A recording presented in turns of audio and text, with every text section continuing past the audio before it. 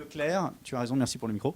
Je suis Philippe Leclerc, je suis le président fondateur d'Ad4Screen et Relatia. Donc on est une agence dans les univers marketing et médias dédiée au mobile, et donc de plus en plus le cross-device, puisque finalement maintenant quand on regarde, tout le monde dit je suis en cours de digitalisation, mais en fait vous êtes en cours de mobilisation. Puisque il y a plus de 60% du trafic maintenant digital qui passe par le mobile. Si vous avez une application, vous faites probablement 20, 40, 60, voire 80% de votre chiffre d'affaires uniquement sur l'application. Donc en fait, comme je disais tout à l'heure, en fait, le mobile a tué le game sur le digital. Au sens où, quand on parle, et c'est pour ça qu'on a appelé ça finalement la journée du digital. C'est parce que pour nous, finalement, si vous faites du digital, vous n'avez pas le choix que de faire du mobile. Et donc c'est pour ça qu'on a voulu créer cette journée avec tout un écosystème et notamment donc Testapi qui nous fait la gentillesse de venir et Lorenzo qui nous a fait la gentillesse de nous laisser venir puisqu'il n'y a pas eu de grève ce matin à la RATP, tout a fonctionné parfaitement. Voilà, donc merci à toi, et qui du coup va partager le retour d'expérience justement de qu'est-ce que ça veut dire travailler l'UX et notamment dans les univers mobiles. Donc là-dessus, tu pourras peut-être partager aussi des chiffres sur le trafic, le poids. Et voilà. Donc je vous laisse vous présenter. Peut-être d'abord toi, Nicolas. Bonjour à tous. Je suis donc Nicolas Garot, je suis le président de Testapic. En deux mots, pour pas prendre trop de place non plus pour le reste de la présentation. Testapic, c'est une solution qui permet d'opérer des tests utilisateurs et d'améliorer l'expérience utilisateur d'interface mobile, bien entendu. La société a 10 ans maintenant, on faisait 70% de desktop au début. Les chiffres sont complètement inversés aujourd'hui, donc c'est d'autant plus pertinent de parler aujourd'hui. Et notre métier, c'est de faire des tests utilisateurs particulièrement et exclusivement à distance, à partir d'une plateforme qui permet de gagner du temps et d'aller beaucoup plus vite dans ces méthodologies qu'on va vous présenter ensuite. Lorenzo, vas-y, je t'en prie. Ah d'accord. Donc je m'appelle Lorenzo Palacio, je suis Chief Experience Officer chez RATP, donc je m'en charge de la conception et de la recherche utilisateur pour l'appli et le site RATP. Et donc je m'appelle Étienne Debouzy, je fais partie de l'équipe Testapic, je suis Customer Success Manager et je m'occupe donc d'accompagner nos clients, tels que Lorenzo, dans leur démarche de test utilisateur. Du coup justement Voilà. donc ça, Lorenzo, parfait. Je vais parler un petit peu plus en détail de moi. Effectivement, j'ai 10 ans d'expérience dans l'expérience utilisateur. J'ai un parcours un petit peu comme la plupart des gens qui travaillent dans l'expérience utilisateur, un parcours un peu étrange. Moi, je suis ingénieur télécom de formation. Et après 5 ans d'études, je me suis dit, finalement, c'est pas ça ce que je veux faire. Même si j'ai fini mes études, parce que quand on investit 5 ans, on veut bien finir quand même. Et très rapidement, je me suis reconverti en UX designer. Donc, j'ai beaucoup travaillé dans différentes agences de design et de design de services, comme Atoma, Accence, Neuron ou Publicis-Sapient, où j'étais juste avant de rejoindre la RATP Head of UX. Et voilà, depuis 1 an et demi, je travaille chez la RATP. Je m'en charge de l'équipe de product designers et de researchers qui travaillent sur le site et l'appli RATP, qui aujourd'hui d'ailleurs s'appelle Bonjour RATP. Et donc du coup, depuis 1 an et demi, on essaye vraiment d'améliorer l'expérience digitale de nos clients, de nos voyageurs avec l'appli et le site. Peut-être juste en termes de chiffres, si tu peux donner des ordres de grandeur de trafic ou de volume de téléchargement. Alors aujourd'hui, typiquement, on va être dans 100 000 téléchargements par semaine, si je ne me trompe pas. Supplémentaire, effectivement. D'accord. On a 8 millions d'utilisateurs entre site et appli. Ce qui est quand même intéressant, c'est que le site aujourd'hui a plus de trafic que l'appli, mais ce qui est quand même aussi intéressant, c'est que c'est le site sur mobile qui a plus de trafic. Donc aujourd'hui, on se concentre beaucoup sur l'appli parce qu'on a des enjeux particuliers par rapport à ce qu'on appelle le MaaS, mobilité as a service. Donc c'est le fait d'intégrer de nouveaux services de mobilité comme des trottinettes, des VTC. Pareil, je vous encourage à tester la réservation de VTC sur l'appli. Mais voilà, donc du coup, 8 millions d'utilisateurs. Aujourd'hui, on est très content de pouvoir dire qu'on a des notes plutôt très satisfaisantes sur les stores, 4,8 sur iOS et 4,4 sur Android. ce qui est relativement correct étant donné que dès l'instant qu'il y a une grève, dès l'instant qu'il y a quelque chose de sale, l'appli prend un coup quand même aussi. Et qu'est-ce que je peux dire d'autre en termes de... Oui, en général, nos utilisateurs vont utiliser notre appli entre 5 et 7 fois par semaine. Donc c'est aussi une fréquence d'utilisation assez élevée. Ok, super. Du coup, Testapic, si tu veux compléter un peu. Rapidement, la société est née en 2013. Alors c'est intéressant, l'approche et les tests utilisateurs, l'amélioration UX en 2013, elle était moins prégnante qu'elle peut être aujourd'hui. C'était des sujets qui étaient moins prioritaires, qui étaient davantage, voire exclusivement focus sur la partie acquisition. Tous nos clients aujourd'hui passaient plus de temps à remplir la mémoire plutôt qu'à essayer de faire attention à ce que se vide moins vite. Et donc, on sent qu'il y a un changement de paradigme qui est assez important. Tant mieux pour nous. Aujourd'hui, on est 40, on sera, je pense, 50. Oui, pardon. On sera 50, je pense, d'ici à la fin d'année, probablement. Test utilisateur sur la partie France. Là, on lance l'Espagne, on lance l'Allemagne bientôt. De gros sujets, de gros sujets à la fois en termes de méthodo et de typologie de tests que souhaitent nos clients. Il y a un niveau de maturité qui augmente de manière très importante en termes d'attente, en typologie de livrable, en typologie d'analyse. Et il y a un dernier gros pilier pour nous pour vous présenter un petit peu les enjeux de Testapic et dans les années à venir. C'est comment gagner du temps dans le traitement de la donnée et dans l'analyse pour pouvoir embarquer du coup des tests utilisateurs à des moments de projet qui sont de plus en plus importants. Donc voilà un petit peu les sujets qui nous attendent. Ça marche. Alors, du coup, juste pour les plus béotiens ou les nouveaux, si tu peux juste faire une différence justement entre UX et UI, parce que parfois, tout le monde n'a pas forcément une définition, même s'il y a quand même un consensus qui se dégage, et parfois il y a des mélanges qui se font. Alors, clairement, effectivement, enfin, la question paraît anodine, mais c'est vrai que différents professionnels dans l'UX ont différentes définitions de ce qu'est l'UX. Je pense qu'on est tous d'accord enfin, que UX au moins ça veut dire User Experience, c'est déjà pas mal. Après, voilà, là typiquement, on vous a mis, moi je suis ingénieur, donc je suis quelqu'un de très carré. Je vous ai mis une norme ISO avec la définition exacte de ce que ça veut dire UX. Mais en gros, voilà, l'UX, ça va être, c'est l'ensemble de pensées, des questions, des sentiments, de souvenirs qu'une personne qui va utiliser un produit, un service, va avoir avant, pendant et après utiliser un service. D'accord ? Dans l'UX, on va avoir tendance à parler énormément du digital, et bon, ça tombe bien parce que cette journée, c'est une journée digitale, mais pas que, d'accord. L'expérience utilisateur peut s'appliquer à 1000 choses, dès l'instant que, typiquement, si vous prenez les transports en commun, vous avez une expérience utilisateur, même si vous n'utilisez pas l'appli, d'accord. J'espère qu'elle sera bonne, la plupart du temps. Et donc, du coup, quand on parle du UX, effectivement, on va avoir tendance à parler dans le digital. Et c'est vrai qu'en général, on va avoir tendance à parler aussi de l'usabilité des interfaces, de séquencement des écrans, des différents parcours. Mais voilà, il faut garder quand même cette définition qui est vraiment très globale et c'est ça qui est important pour un bon produit, un bon service. Donc du coup, j'ai parlé d'interface. Excellente transition. Et donc du coup, voilà, il y a toujours ce débat entre UX versus UI. Enfin, je voudrais pas dire que c'est versus. L'UI, qui veut dire User Interface, c'est une partie très importante finalement de cette expérience utilisateur. Et une interface, finalement, ça reste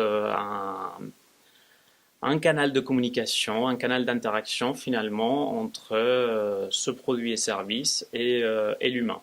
Donc du coup, là, à nouveau, j'insiste à dire que des UI, il peut avoir de toutes sortes, c'est-à-dire, justement, on en discutait, genre, la télécommande d'une télévision, en fait, c'est un UI, les boutons d'un ascenseur, c'est l'UI de l'ascenseur, mais généralement, pareil, dans notre métier, quand on va parler plutôt d'UI, on est en train de parler des interfaces graphiques, donc du coup, des applications, des sites, des bornes, des choses comme ça. Et donc du coup, voilà, l'UI joue un rôle très important finalement dans cette expérience utilisateur globale, parce que finalement, c'est ce pendant dont je parlais tout à l'heure, le avant, pendant, après. l'UI joue un rôle très important pendant le pendant et aussi pour l'après. Genre, quel souvenir, quelle sensation je vais garder de ce produit ou service. Ça marche. Et donc du coup justement, donc si on se focus sur l'UX, enfin du coup si on dézoome sur l'UX plutôt, toi comment est-ce que tu intègres les tests dans ta démarche? Alors, chez la RATP, enfin, bien évidemment, typiquement, ce schéma-là, Il est pour l'interne. et non, il est très bien dans le sens où effectivement, en fait, finalement, tout type d'activité de recherche peut intervenir à différents moments du cycle de vie du produit. Donc, effectivement, pendant la phase vraiment en amont où on essaye de comprendre les besoins des utilisateurs, la phase de conception où carrément, là, typiquement, c'est où mes équipes travaillent là-dedans donc du coup qui vont concevoir finalement les solutions pour répondre à ces besoins ou ces problèmes des utilisateurs et même dans la partie de production pour suivre ce que ça donne, pour comprendre mieux quels sont les nouveaux problèmes qui ressortent. Donc typiquement tout ce qui est test, recherche, on peut l'appliquer un petit peu partout. Après, bien évidemment, ça demande une certaine maturité. Chez la RATP, on est en train de monter en compétences petit à petit. Et aujourd'hui, par exemple, on va l'appliquer beaucoup on va faire toute une série de sondages pour comprendre un petit peu quels sont les différents besoins des utilisateurs vraiment en amont. Après, éventuellement, on va aussi interviewer des utilisateurs, des premiers utilisateurs juste pour leur confronter à des premières idées qu'on a pour voir si on est à côté de la plaque ou ça vaut la peine d'investir. Et donc, du coup, après, dans la phase de conception et voire de production, ce qu'on essaye de faire, c'est de faire pas mal de tests d'utilisateurs, donc de tests vraiment d'usabilité où on donne nos interfaces aux utilisateurs, à des utilisateurs d'ailleurs qui soient pertinents, dont la cible très importante à garder en tête, des utilisateurs pertinents. On leur donne nos interfaces, nos produits, on leur donne des missions et on voit ce que ça donne. Et en fonction de ça, on peut combiner aussi toutes ces activités-là avec de la data pour vérifier certaines hypothèses. Et à partir de là, on referme la boucle et on recommence toute cette chaîne, quoi. Pour donner un peu plus différents clients utilisent les tests utilisateurs à des moments de projet différents. La partie recherche, idéation est un moment qui est assez important quand les clients sont en phase de refonte potentiellement d'un service ou d'un support. Et la démarche est de dire je vais venir regarder l'existant pour identifier tout ce qui marche bien, tout ce qui ne marche pas. Pas perdre en cours de route dans la nouvelle version ce qui marche bien, ça peut arriver aussi. C'est le bon moment aussi pour aller voir ce qui se passe sur l'univers concurrentiel, direct ou indirect. On a beaucoup de clients qui nous disent on sent une appétence potentiellement sur une fonctionnalité dans un secteur d'activité qui n'est pas du tout le nôtre. Et on voudrait voir si cette fonctionnalité peut avoir du sens ou pas pour notre métier. Et ça, c'est intéressant. C'est des moments dans le projet où c'est le plus pertinent d'aller rentrer dans ces démarches d'évaluation.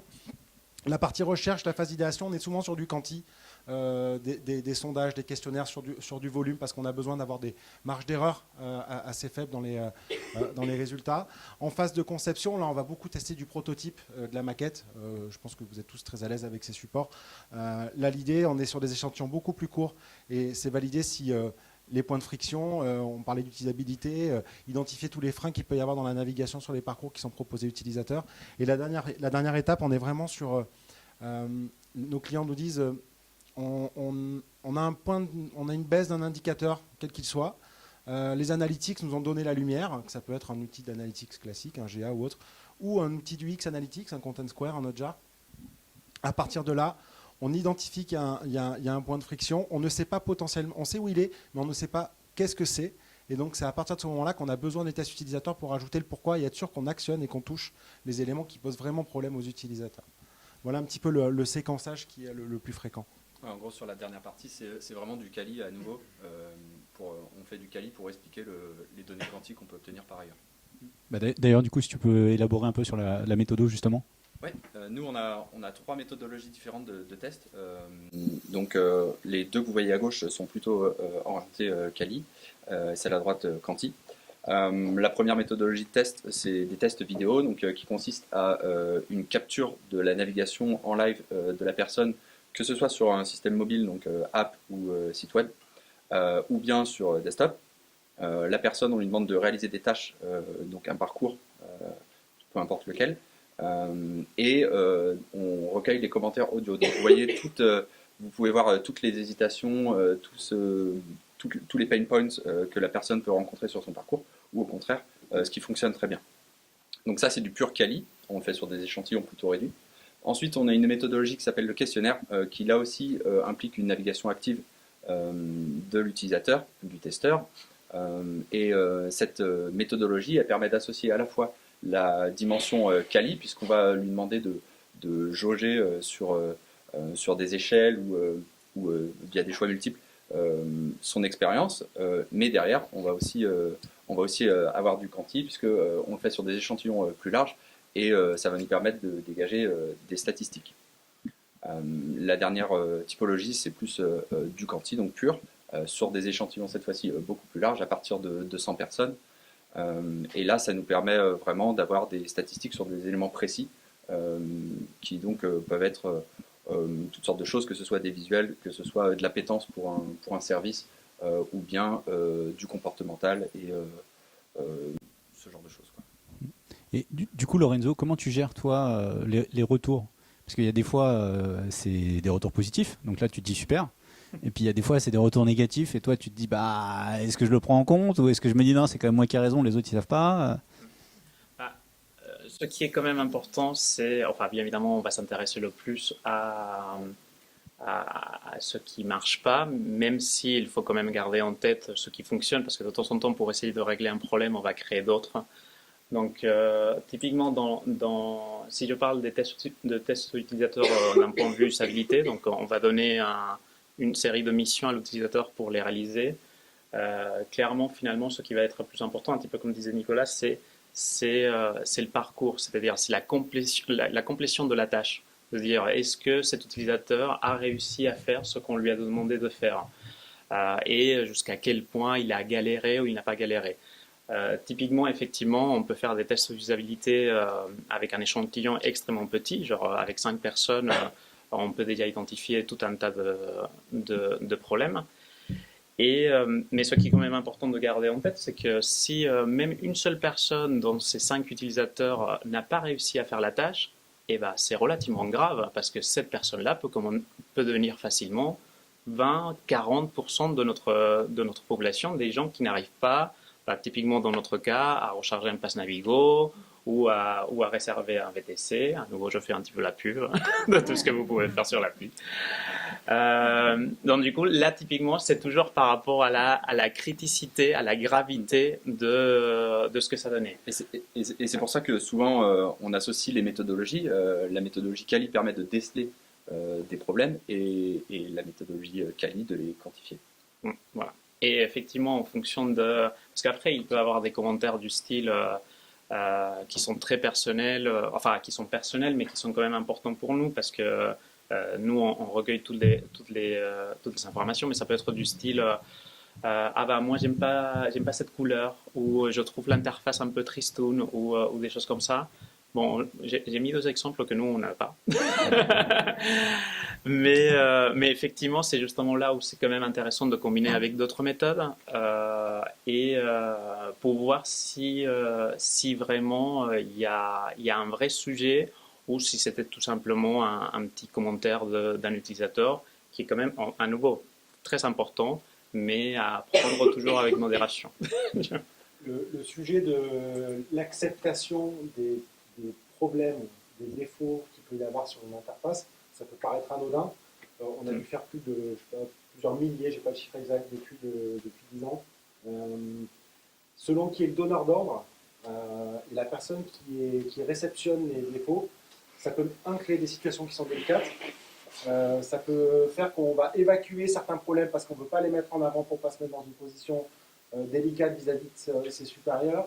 C'est un vrai travail d'apprentissage dans la manière dont on va amener les tests en interne, parce que la pire chose qui puisse arriver, en tout cas pour nous, pour notre métier, c'est de faire un test et que finalement on prenne le livrable et qu'il soit rangé dans un tiroir et qu'il ne soit pas adressé. Ça n'a aucune valeur.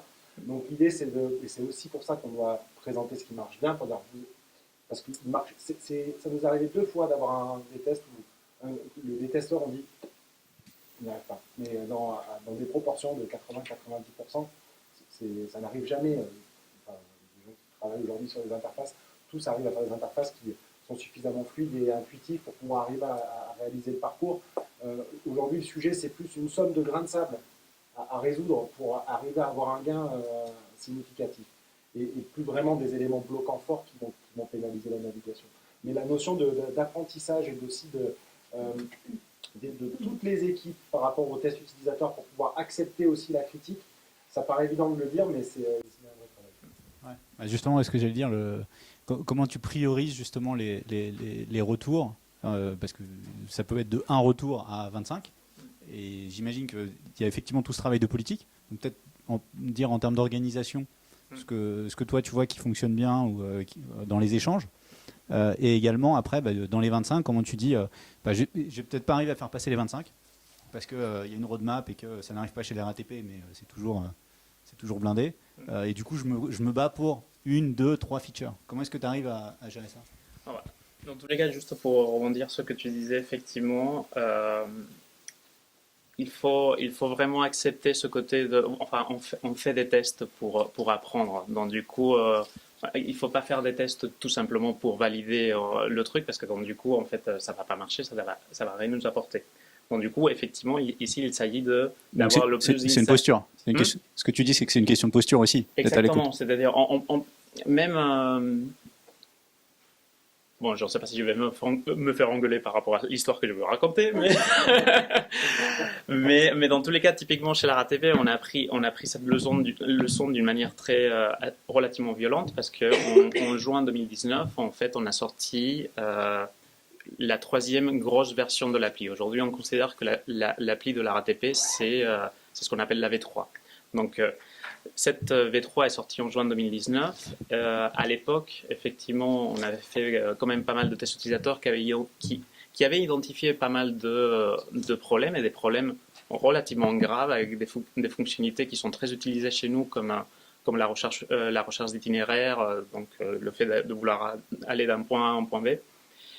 Et malheureusement, par différents types de contraintes, etc., on a décidé de sortir l'application dans l'état. À l'époque, l'ancienne version de l'appli de la RATP n'avait pas les si bonnes notes que l'appli a aujourd'hui, mais avait quand même des notes assez acceptables, toujours étant donné que, voilà, en secteur public et compagnie. Et à la sortie de cette V3, en fait, ça a été un crash total. Genre, on a passé des notes qui étaient entre 4 et 4,5 à 1,6, 1,8 dans le laps de 3 mois. Donc du coup, ça a été un gros coup dur pour la RATP, qui a été accompagné quand même d'une montée en compétences assez conséquent derrière. Et donc du coup, là typiquement, on voit un cas où on avait les insights, on avait ces insights-là, on a décidé de les ignorer, peut-être parce qu'on n'a pas valorisé la valeur de la donnée qualitative, et voilà, et on s'est cassé la gueule. Mais sinon, finalement, tu as retrouvé les mêmes insights sur les stores, sauf que là, pour le coup, ils étaient à la vue de tout le monde. Voilà, et à une échelle, c'est incroyable. Sinon, aujourd'hui, effectivement, on essaye de tester absolument tout ce qu'on fait. On essaye justement, grâce à Testapic, on essaye d'industrialiser d'une certaine manière nos tests, de manière à que ça soit très bien rodé, parce qu'un des freins qu'on peut avoir aujourd'hui dans n'importe quelle société, mais notamment dans les grands groupes, c'est que si c'est pas bien rodé, le processus de mettre en place n'importe quelle activité de recherche peut devenir très pénible, très lente. Vous pouvez vous imaginer les processus d'achat qu'on a chez la RATP dans une entreprise qui est semi-privée, semi-publique. Et ça, c'est des choses qu'on essaie de régler. Pour répondre à ta question, parce que je commence à divaguer dans tous les sens. Ah, mais c'est super, vas-y. En gros, voilà, on va vraiment. Je pense qu'on a appris la leçon de dire on sort pas tant qu'on règle pas les problèmes qui sont vraiment critiques. Genre, si la personne n'a pas réussi à recharger son pass, si on a identifié un cas où la personne n'a pas réussi à recharger son pass Navigo Et grâce au test, on a compris pourquoi.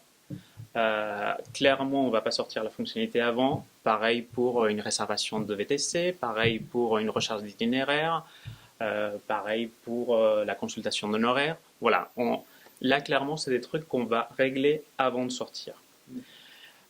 Bien évidemment, toutes ces activités de recherche sont extrêmement riches, nous donnent énormément d'insights et on ne peut pas tout aborder parce que, sinon on ne sortirait jamais rien.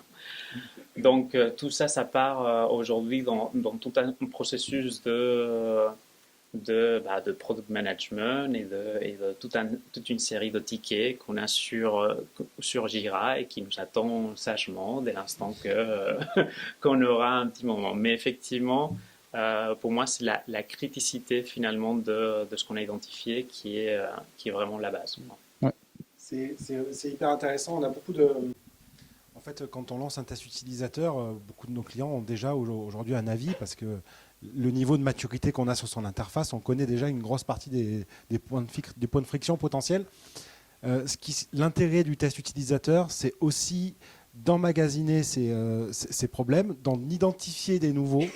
Et ce qui est hyper intéressant, c'est que vous n'êtes pas l'utilisateur final parce que vous avez un niveau de maturité digitale qui n'est pas le niveau de maturité digitale de vos utilisateurs, bien souvent. Vous avez une connaissance de votre métier qui n'est pas celle de vos utilisateurs aussi.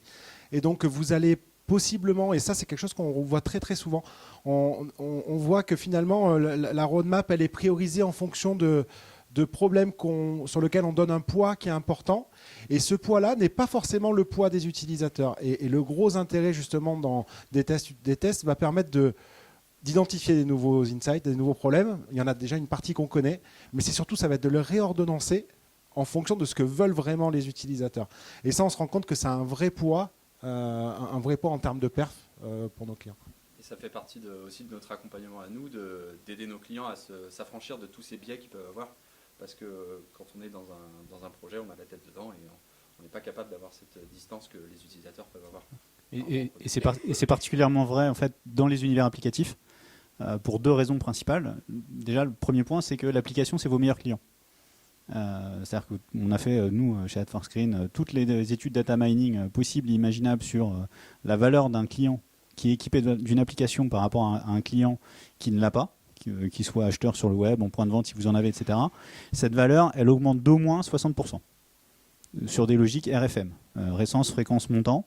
Ça veut dire qu'en fait, c'est pas tant sur le montant, c'est pas parce que vous allez acheter par l'app que vous avez plus d'argent, même si vous avez un iPhone, vraisemblablement, vous avez un téléphone qui coûte le SMIC, donc ça joue un peu.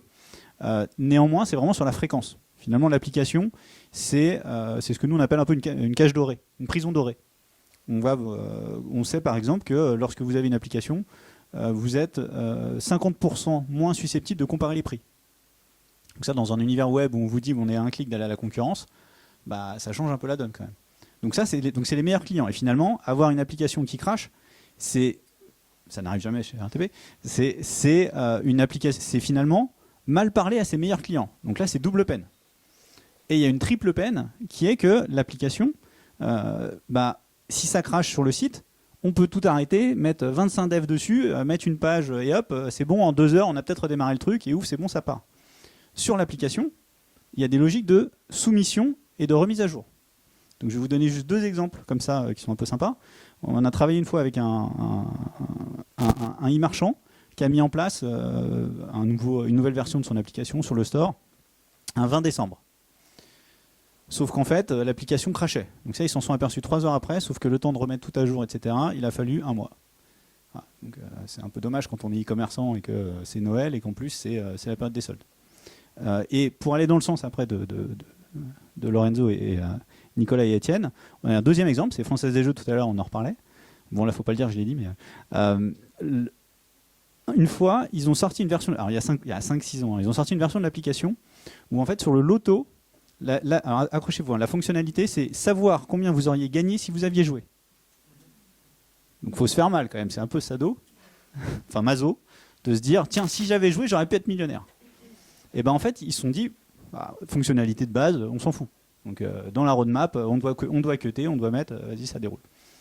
En 3 jours, ils ont eu 2, 3, 4 000 avis négatifs, 1,5, mais qu'est-ce que c'est que ce bazar, etc., inadmissible, etc., etc. Alors que pour eux, c'est ce que disait Nicolas, bah, la fonctionnalité, finalement, c'était pas une fonctionnalité prioritaire.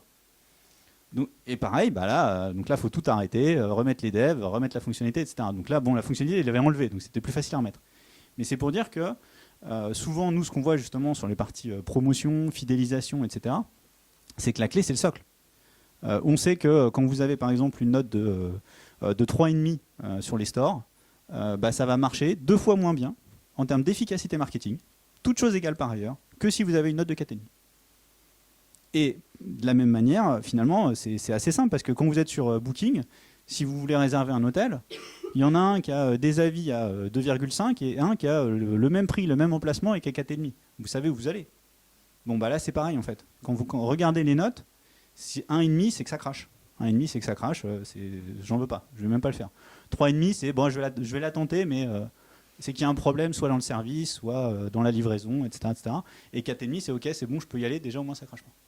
Donc c'est vrai que toutes ces logiques-là d'anticipation, de bien faire, elles sont vraiment hyper importantes sur l'aspect client, les attentes, et également bah, aussi des logiques de dire bah, si je me plante, après je vais devoir ramer un peu, quoi. Et du coup, bah, justement, puisqu'on est sur l'application et le mobile, comment tu gères justement le côté site, le côté application? Est-ce que tu fais les mêmes? Est-ce que tu fais et puis après, du coup, le retour aussi Testapic? Alors, en toute transparence, en fait, aujourd'hui, on est en train de maintenir le site de la RATP, même s'il a beaucoup de trafic. En fait, son socle technique il est assez ancien, donc on envisage de le changer bientôt. Mais très certainement, en fait, ce qu'on va faire, c'est prendre tout ce qu'on a appris de l'appli et l'appliquer sur le web, et donc du coup avec une approche mobile first. Donc déjà sachant que c'est l'utilisation du site le plus courant. Et donc du coup voilà, reprendre pas mal d'apprentissage de l'appli pour l'appliquer au site, et on verra bien, mais j'espère que ça marchera. Ça marche. Et Nicolas, Etienne, du coup, justement, dans les approches, ce que tu disais, c'est que ça avait complètement basculé vers le mobile. Comment est-ce que tu vois que c'est géré chez les clients entre le site d'un côté, l'application? Est-ce que c'est d'abord l'appli, d'abord le site? Beaucoup de clients sont dans une approche mobile aujourd'hui, d'abord, exactement comme vous pouvez le faire. Une approche mobile principalement avec, en fait, les enjeux, les briefs qu'on nous donne sont souvent les mêmes. On a plus, à part pour la partie mobilité, c'est des sujets un peu différents, mais souvent c'est dire on a plus de trafic sur mobile, on performe, on a moins de conversion. Comment on fait pour récupérer la conversion qu'on a sur le web et qu'on n'a pas sur le mobile, ou alors on se rend compte, pour ceux qui arrivent à le mesurer, qu'on a finalement une première touche sur mobile, une seconde touche sur le web, et que la conversion se fait sur le web.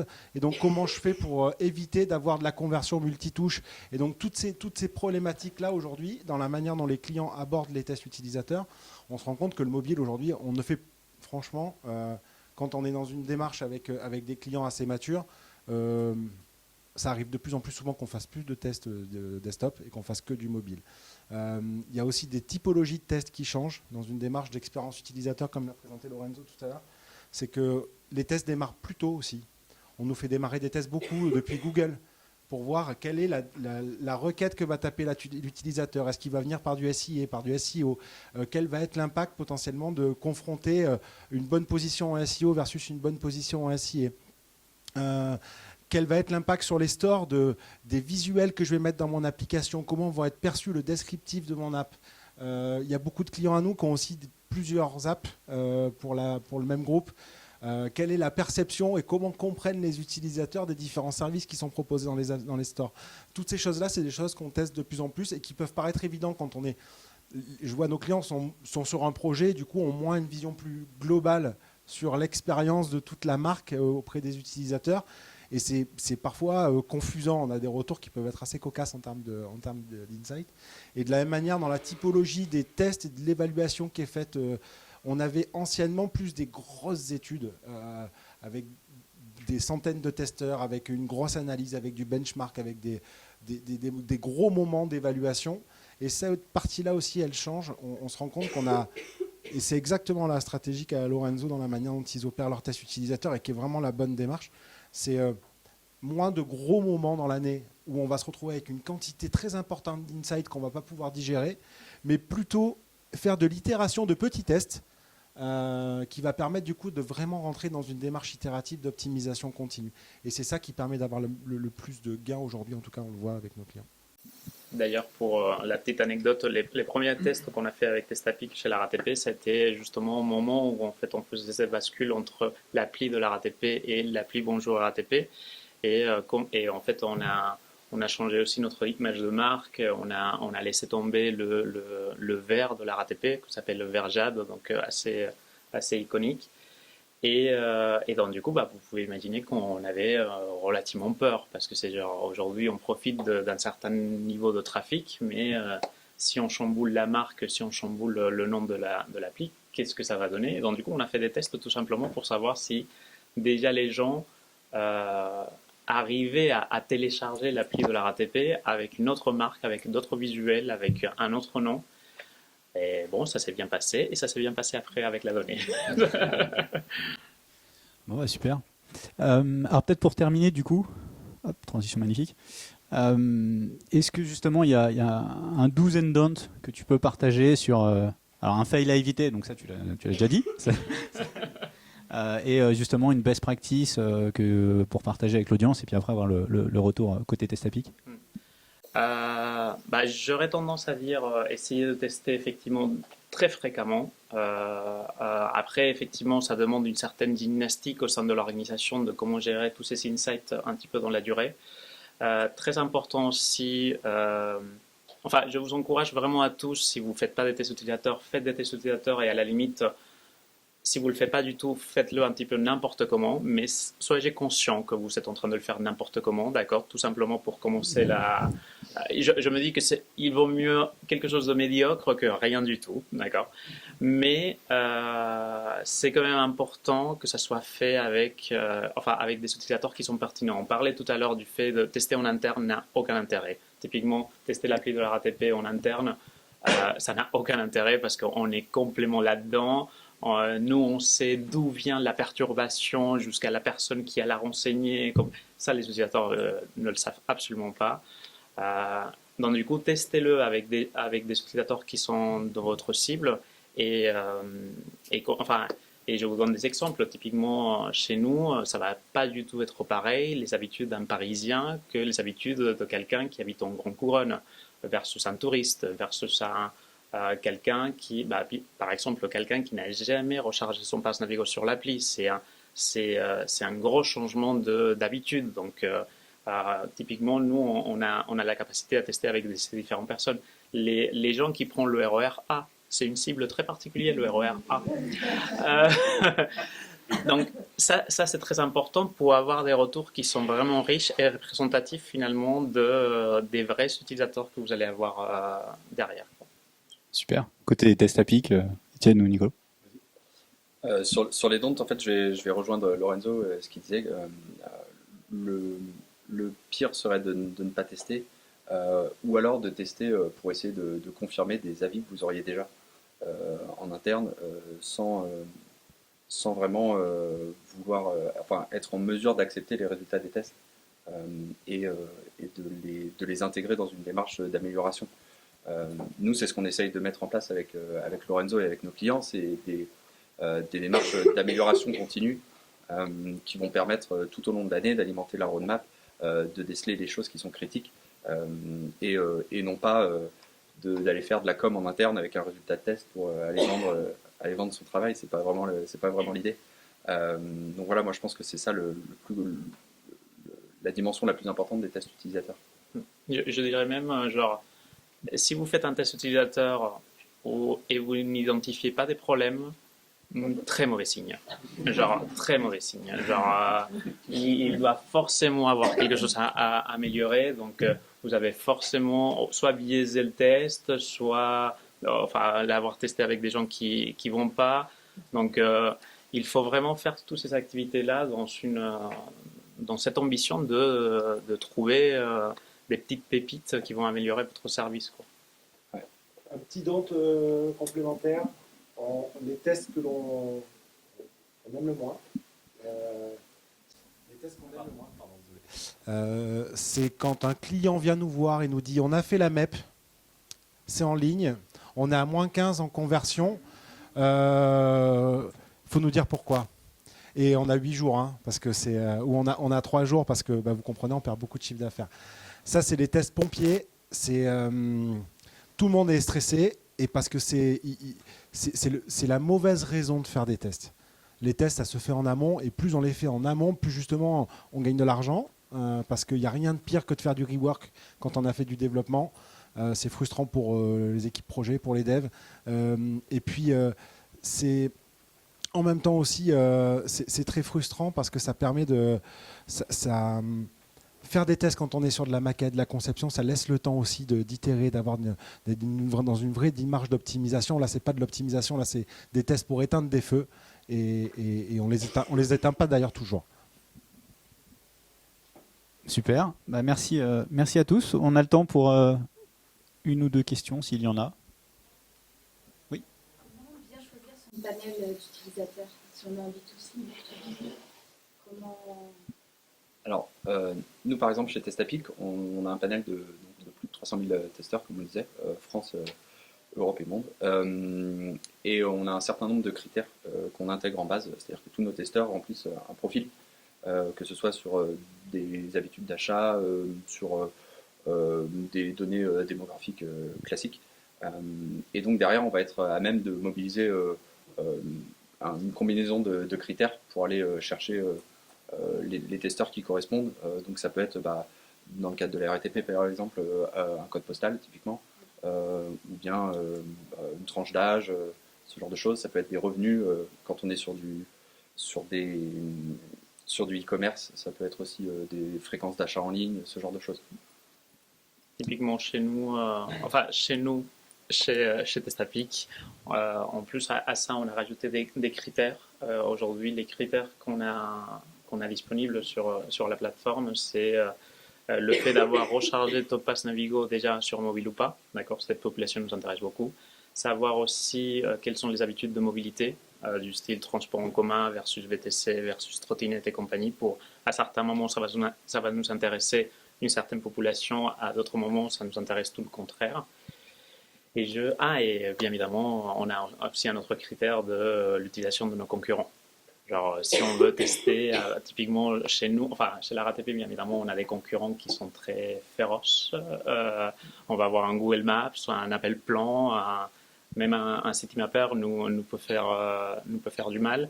Et donc du coup, on a aussi ce critère chez Testapic où on veut tester avec des gens qui n'utilisent pas l'appli de la RATP ou qui utilisent Google Maps pour savoir, voilà, les gens qui ont l'habitude, comment on peut les piquer. Comment ça fonctionne? Ça marche. Je crois qu'on a une dernière question. C'était d'avant. On vient comprendre votre organisation. Vous êtes combien à temps complet sur le mobile à la RATP? Et en dehors de vos partenariats avec Testapic et TheForScreen, qu'est-ce que vous sous-traitez à l'extérieur de la RATP? Alors aujourd'hui, je fais partie d'un département qui s'appelle Unité Front. On l'appelle Front parce que c'est tous les différentes personnes qui travaillent sur la partie front-end. Donc du coup, c'est développeurs web, iOS et Android, plus l'équipe de product design et product management. On est une cinquantaine.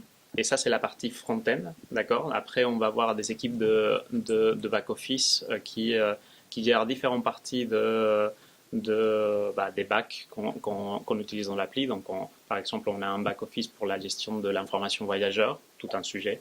Un autre back-office pour la réservation des trottinettes ou des VTC. Et là aussi, on va parler d'une cinquantaine de personnes à chaque fois. J'ai oublié l'autre... Qu'est-ce que vous confiez à l'extérieur en dehors de ce que vous avez déjà en cours avec Alors, qu'est-ce qu'on confie à l'extérieur? J'avoue qu'on confie de moins en moins de choses. On confie de moins en moins de choses parce que justement, on essaye d'être dans une démarche produit versus projet. Je ne sais pas si tout le monde voit la différence. Donc, projet avec un début et une fin, et produit, c'est du non-stop en amélioration continue. Et donc, du coup, effectivement, comme aujourd'hui, nos processus d'achat restent quand même un peu lourds, toute prestation à l'externe, ça nous coûte du temps, de l'énergie. Ça n'empêche pas qu'on va voir quand même encore pas mal de prestataires qui travaillent chez nous pour des grosses pics d'activité. Et typiquement chez Testapic, on utilise pratiquement, on n'a pas rentré dans le détail de votre solution SaaS versus l'autre modalité, mais voilà, nous on utilise la solution SaaS de Testapic qui nous donne accès à leur plateforme, à leurs utilisateurs, et qu'effectivement on a des CSM dédiés qui nous challenge, qui nous